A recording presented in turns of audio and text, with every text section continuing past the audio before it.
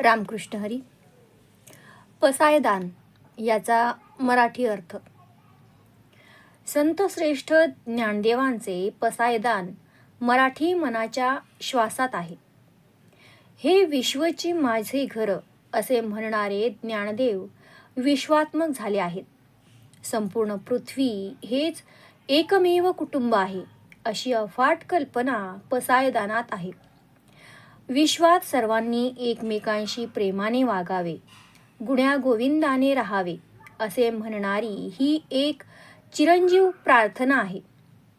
मी विश्व व्हावे आणि विश्वात्मक बोध होऊन विश्वात वावरावे याची समर्पणपूर्वक विश्वात्मक बांधिलकी यात आहे.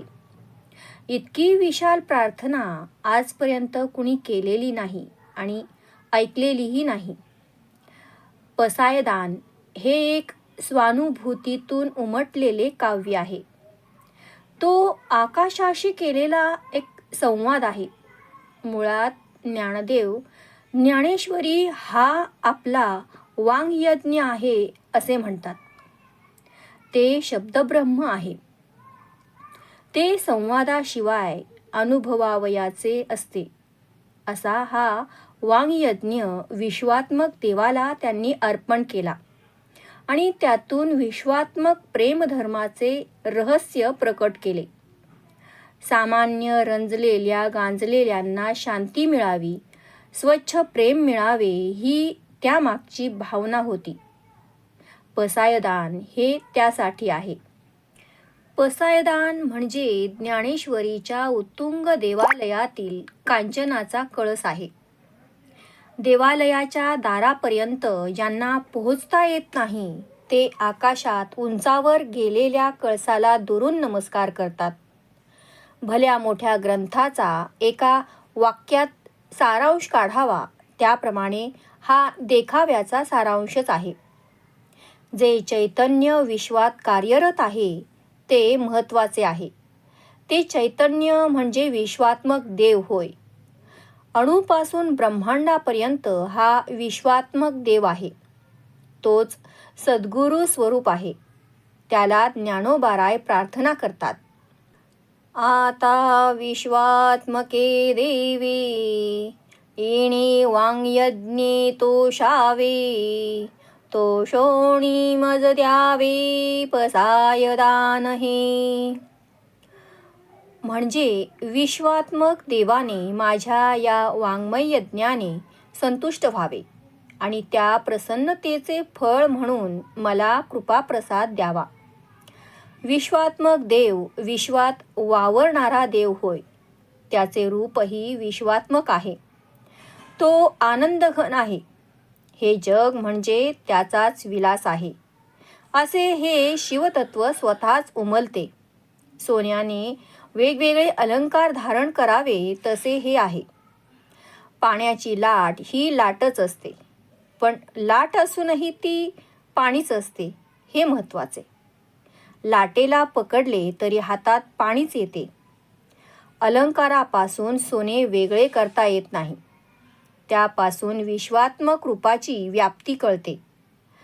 ज्ञानेश्वर हे निवृत्तीनाथांइतकेच विश्वात्मक विभूती आहेत हे लक्षात घेतले की याचा अर्थ कळतो.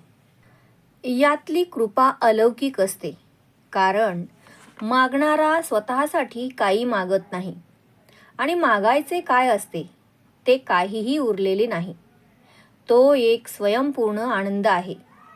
म्हणून ज्ञानदेव विश्वात्मक देवाला प्रार्थना करतात. माझ्या वाङ्यज्ञाने तुम्ही संतुष्ट व्हा. हा यज्ञ व्यापक आहे. तो इतर सकाम यज्ञांपेक्षाही मोठा आहे. यातला मी सर्व आहे. ज्ञानदेव समप्रज्ञ आणि सृष्टियोगी साक्षात्कारी संत आहेत. राग द्वेष, सुखदुःख, पाप पुण्य, शुभ अशुभ या सगळ्यांच्या ते पलीकडचे आहेत. त्यांना सृष्टीत हा भेद आणि अभेद दिसतच नाही. त्यांना सगळीकडे प्रेमभाव दिसतो. सर्व प्राणी मात्रांचे हित करणारी माणसे दिसतात. त्यांनी आत्मशक्तीतून सृष्टी आणि विश्व दोन्हीही अनुभवलेली आहेत. ती दिव्य आत्मशक्तीची केंद्रे आहेत. अध्यात्मविद्येच्या प्रवासात हा महाबोध झाला की तो स्थिर होतो. त्याला नाथांचा योग म्हणतात. हा भक्तिप्रधान योग आहे. गुरुभक्तीशिवाय हे कळत नाही. या अनुभवातूनच जीवन घडते. ज्ञानदेवांची ही जाण विश्वात्मक आहे, म्हणून त्यांनी ही परंपरा लिहिली आहे. पसायदान म्हणजे प्रसाद, प्रसाद म्हणजे कृपा आशीर्वाद. यात ईश्वरी कृपा आणि सद्गुरू कृपा एकत्र आहेत. सद्गुरू शिष्याला कृपा प्रसाद देतो. त्यात त्याने तिन्ही लोक सुखी करावेत अशी अपेक्षा असते. त्याला ते कळते. त्याला तो आनंद वाटतो. विश्वात्मक देवाचे हे अलौकिक पसायदान शुभंकर आहे. गुरुकृपा दृष्टीचा तो एक सिद्ध जय जयकार आहे. त्यातून प्रसाद रसकल्लोळ निर्माण होतो. रस म्हणजे भावनेची आस्वाद्यमान उत्कटावस्था. ती कधीही संपत नाही. तशी गुरुकृपा कधीही संपत नाही. ती मनाची प्रसन्न उत्कट अवस्था आहे. ती संजीवक आहे. संत ज्ञानदेव लिहितात, जे खळांची व्यंकटी सांडो, तया सत्कर्मी रती वाढो, भूता परस्परे पडो मैत्र जीवाचे. याचा अर्थ दुष्ट लोकांची वृत्ती नाहीशी व्हावी, त्यांना सत्कर्माविषयी प्रेम निर्माण व्हावे आणि विश्वातील सर्व प्राणी एकमेकांशी मैत्री करून राहावेत. हे मागणे अफाट आहे, कारण आजही विश्वात चांगली आणि राक्षसी वृत्ती आहे. ती संपलेली नाही. ती जोपर्यंत संपत नाही तोपर्यंत पसायदान आठवावेच लागेल. त्यातली कर्म विश्वाच्या हितासाठी असतात, म्हणून त्यांना सत्कर्म म्हणतात. त्यामुळे वाईट प्रवृत्तींचा नाश होतो.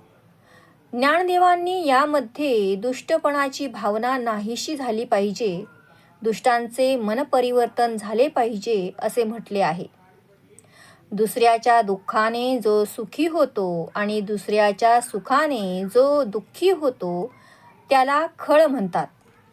गीतेत याची लक्षणे दिली आहेत. ज्ञानदेवांनी याला सुंदर दृष्टांत दिला आहे. गंगाजल हे अत्यंत शुद्ध असते, पण ते आपल्या विशुद्धतेचे कौतुक न करता जगाचे पापताप दूर करते. तसेच संत सज्जन असतात. महादेवाच्या मस्तकावर गंगा आहे, परंतु ते तिला सांभाळतात. अशी वृत्ती सज्जनांच्या ठिकाणी असते. ते सर्वांना सुखी करण्यासाठी धडपडतात, अहिंसेचे पालन करतात. अशी वृत्ती जन्माला येण्यासाठी खळांची व्यंकटी सांडो आणि सत्कर्माचा उदय हो असे ज्ञानदेव म्हणतात. हा प्रसाद ज्ञानदेवांना हवा आहे आणि सर्व प्राणीमात्रात व विश्वात मैत्र निर्माण व्हावे ही पसायदानातील भावना लाख मोलाची आहे. कारण जे कर्म विश्वाच्या हितासाठी आहे त्याला सत्कर्म म्हणतात. विश्वात असे कर्म जर निर्माण झाले तरच मैत्र निर्माण होते आणि ते होणे महत्त्वाचे असते. कारण त्यातून नुसता समाज सुखी होत नाही, तर समाज कर्तव्यरत होतो. यामुळे दुरित म्हणजे पाप नाहीसे होते. दुरितांचे तिमिर म्हणजे पापाचा अंधार, तो घालविणे महत्त्वाचे आहे. दुरितांचे तिमिर जाओ, विश्व स्वधर्म सूर्ये पाहो, जो जे वांछील तो ते लाहो प्राणी जात. पापाचा अंधार स्वधर्मरूपी सूर्याच्या प्रकाशाने नाहीसा व्हावा. प्राणी मात्राला जे जे हवे आहे ते ते मिळावे, म्हणजेच विश्वात्मक जाणीव माणसाने जोपासावी. याला ज्ञानदेव विश्व स्वधर्म म्हणतात. आपले कर्तव्य ओळखणे, योग्य कर्म काय आहे ते करणे, कर्तव्य उत्तम रीतीने पार पाडणे हा विश्वधर्म आहे. जे काम करायचे ते समर्पण भावनेने करायचे. यामुळे सर्वांना आनंद वाटतो. यालाच वेदामध्ये सर्वेत्र सुखिना संतुः असे म्हणतात.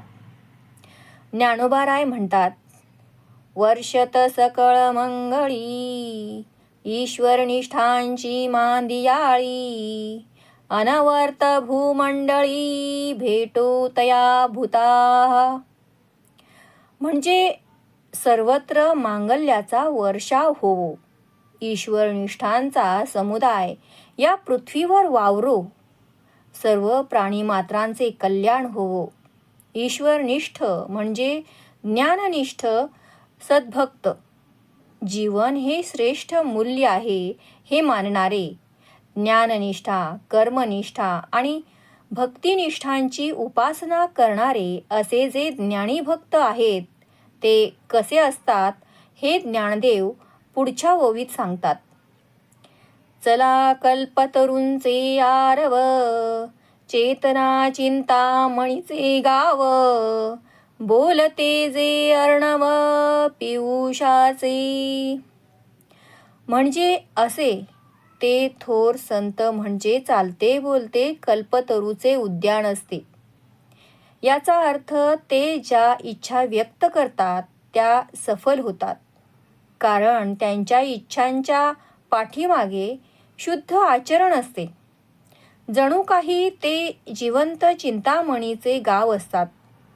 चिंतामणी हे नवरत्नांपैकी श्रेष्ठ रत्न आहे. ते ज्याच्यापाशी असते त्याच्या सर्व इच्छा पूर्ण होतात. तसे संत सज्जनांच्या सहवासात आपण असलो की ते आपल्या सर्व इच्छा पूर्ण करतात.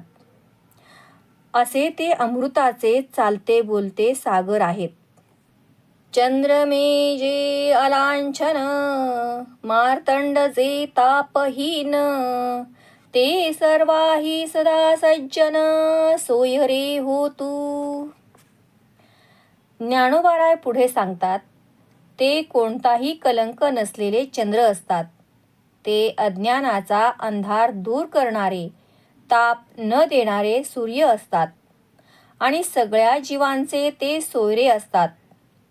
अशा या संत महात्म्यांना काय उपमा द्यावी असा प्रश्न पडतो. कल्पवृक्ष म्हटल्यास संत सज्जन सर्वत्र फिरते असतात. ते कल्पवृक्षासारखे एका जागी स्थिर नसतात. चिंतामणी म्हणावे तर चिंतामणीपाशी मागितल्याशिवाय तो काही देत नाही. संत महात्मे न मागताही तुम्हाला सगळे देतात. त्यांना अमृत सागर म्हणावे तर अमृत प्राशन करण्यासाठी समुद्राजवळ जावे लागते. परंतु संत सज्जन दुरूनही कृपा करतात. त्यांच्याजवळ गेलेच पाहिजे असे नाही. ते निष्कलंक चंद्र आहेत व ताप न देणारे सूर्य आहेत. सर्व विश्वाला सुखी करण्याची त्यांची किमया विलक्षण आहे. ते चालते बोलते कृपेचे समुद्र आहेत. त्यांच्या संगतीने आपण कृतार्थ होतो. म्हणून ज्ञानोबाराय पुढच्या ओळीत म्हणतात, किंबहुना सर्व सुखी, पूर्ण होऊनी तिही लोकी, भजी जो आदि पुरुखी अखंडित. ते त्रैलोक्याला सुखी करतात. त्यांच्यापाशी गेल्यावर काय मागावे हाच प्रश्न पडतो. याचा अर्थ विश्वाच्या कल्याणासाठी असे संत झटतात. आणि ग्रंथोपजीवी विशेषी लोकीये, दृष्टादृष्ट विजये होवावेजी. म्हणजे ग्रंथावर ज्यांची उपजीविका विशेष करून या इहलोकात चालते त्यांनी ईश्वरनिष्ठांचा सहवास घेऊन ऐहिक भोगांना जिंकून घ्यावे. ज्ञानदेवांच्या काळात ग्रंथ लिखाणाचा एक स्वतंत्र वर्ग होता. तो सगळे मौखिक पठणे लिहून काढी. त्यातून त्यांना अर्थलाभ होई. ग्रंथ हेच त्यांचे उपजीवन बनले होते. याचा अर्थ ग्रंथांच्या बौद्धिक प्रक्रियेत ते अडकले होते. त्यामुळे त्यांना संतांपर्यंत जाणे अवघड होते. संत हे ऋषींचे सांगणे जगतात. ज्ञानेश्वरीची एक ओवी जरी आपण आचरणात आणली तरी आपल्या मनात अखंड दिवा लागेल. पसायदान सुफलित होईल. खऱ्या अर्थाने आपण विजय ठराल. हे विश्वात्मक देवा, आम्हाला अशा प्रकारची बुद्धी दे. आमचे जगणे केवळ द्रव्यार्जनासाठी नसावे, आत्मबोधासाठी तरी काही असावे. आणि म्हणून पसायदानाच्या शेवटी ज्ञानेश्वर महाराज म्हणतात, येथ म्हणे श्री विश्वेश्वराहो, हा होईल दान पसाहो. येणेवरी ज्ञानदेव सुखिया झाला. सर्व विश्वाचे स्वामी सद्गुरू श्री निवृत्तीनाथ महाराज, तुझ्या इच्छेप्रमाणे सर्व घडून येईल असा आशीर्वाद ज्ञानेश्वर महाराजांना देतात. या आशीर्वादाने ज्ञानदेव विश्वात्मक देवाच्या दर्शनाने कृतार्थ होतात. ते सुखी होतात. ते सुख स्वतःपुरते न ठेवता विश्वाला वाटून देण्यासाठी इंद्रायणी काठी अजाण वृक्षाखाली आळंदीत ते अजून बसले आहेत. म्हणून आजही लाखो वारकरी ज्ञानेश्वर माऊलींचा जय जयकार करीत आळंदीला जातात. याला आध्यात्मिक साक्षात्कारातला उच्च बिंदू म्हणतात. इतकी श्रेष्ठ प्रार्थना जगात कुठेही नसावी असे पसायदान आपल्यासाठी सांगितले.